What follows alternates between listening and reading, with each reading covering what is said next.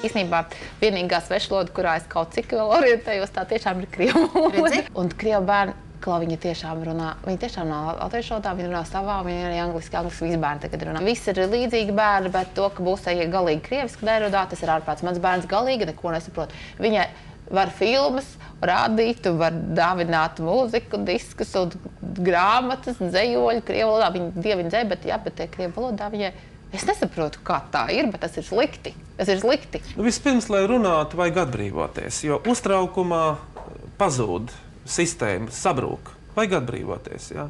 Tad tu vari cerēt uz kaut kādu. Daudz cilvēku šeit tomēr runā tikai vienīgi krieviski, vecāki. Es kaut domāju krieviski, bieži vien. Es saprotu, es esmu tik neveikla, robusta, es nedomāju ne krievu. Bet kāpēc tu domā krieviski? Es iztēlojos sevi, piemēram, krievu sabiedrībā, ar viņu sarunājoties. Satrieciet, bet kāpēc to vajag? Tāpēc, ka es eju pa ielu, un tā ir liela problēma, ko domāt, ejot pa ielu. Par ko domāt, ejot, teiksim, pusstundu no Pārdaugavas uz Rīgas centru? Tur ir kājām ej. Pats ar sevi sarunāties ir viens. Otrs ir, tu vari domāt, protams, par darbu, jo ejot, tu atmosties. Cilvēkam, mani, piemēram, kaimenamā domāšana. Jo tu pat dzejot vari, bet vajag iekustināt. Ķermenis no rīta jāiekustina, un tas ir grūti. Ķermenis nekustās, tev galva arī stāv. Nu, bet tas taču ir, tāpēc jau cilvēki vingro no rītiem, lai vispār pamostos. Pasties, kāds laiks ārā, tagad ir jāguļ pa ziemu. Kā visiem lāčiem patiesībā, pasties, kas notiek, visi skrien uz darbu.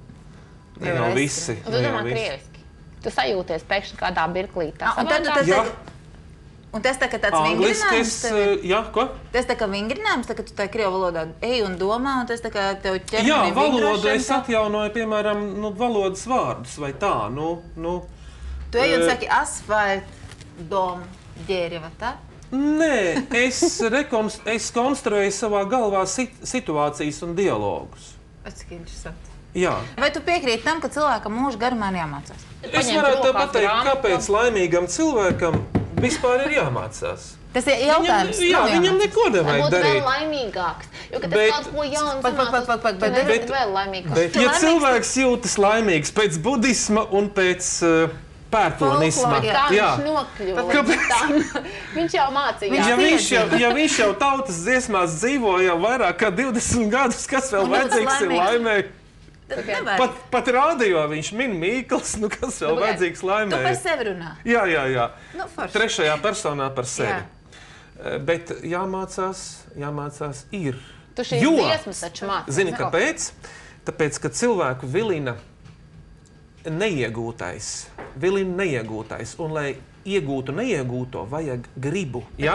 Nevar tikai tā man patīk un viss notiek automātiski. Nē. Griba ir vajadzīga. Bet griba tādā trenējuma lieta, ne? Piespiesties, saprot? Nu, un kā tu piespiedies, lūdzu?